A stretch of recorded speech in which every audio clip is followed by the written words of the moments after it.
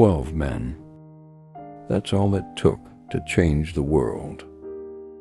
No buildings, no social media, no megachurches. Just 12 ordinary people transformed by one man, Jesus Christ. But here's the question most Christians never ask. How did Jesus actually make disciples? Because when we look closely at his life, we discover something surprising. Jesus followed a clear pattern. 5 things he consistently did to turn ordinary people into world-changing disciples. Let's look at them. Jesus didn't build disciples through announcements or programs. He called people personally. Follow me. That was the invitation. When Jesus approached fishermen like Peter and Andrew, he didn't say, "Attend my next teaching session." He said, "Follow me, and I will make you fishers of men." Discipleship started with relationship and invitation.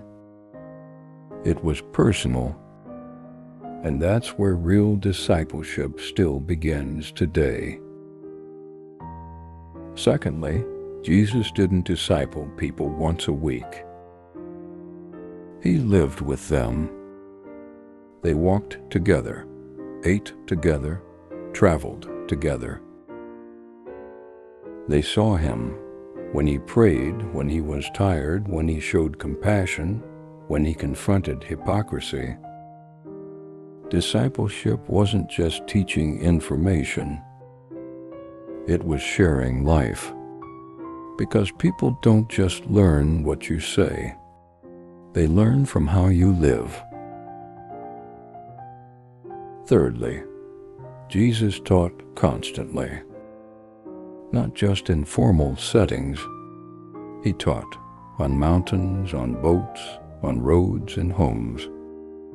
Every moment became a teaching opportunity.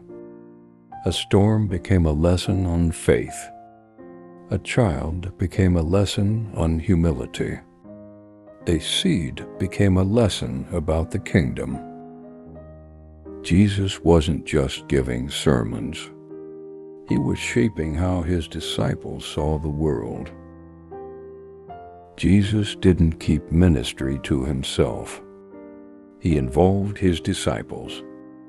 He sent them to pray for people, to preach, to serve. They watched him do miracles, and then he sent them out to do the same. This is crucial, because disciples don't grow by watching only. They grow by doing. Jesus gave them responsibility long before they felt ready. And that's how disciples grow today.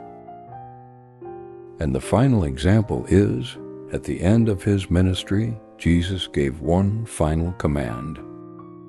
Go and make disciples.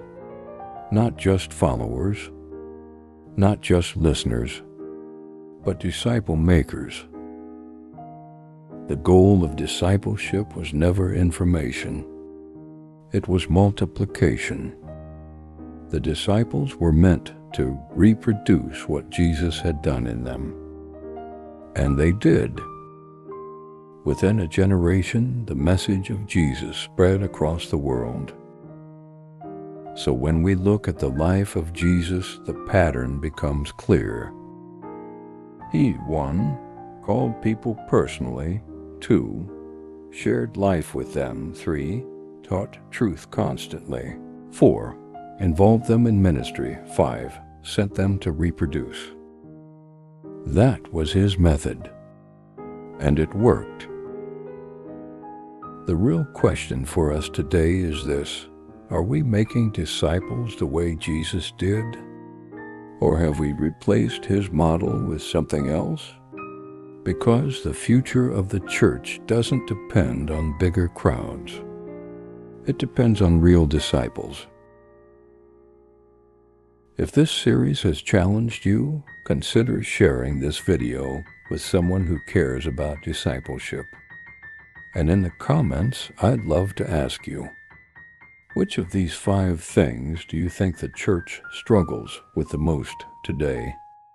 Let's talk about it. If you haven't seen the earlier parts of this series about the discipleship crisis, watch them next.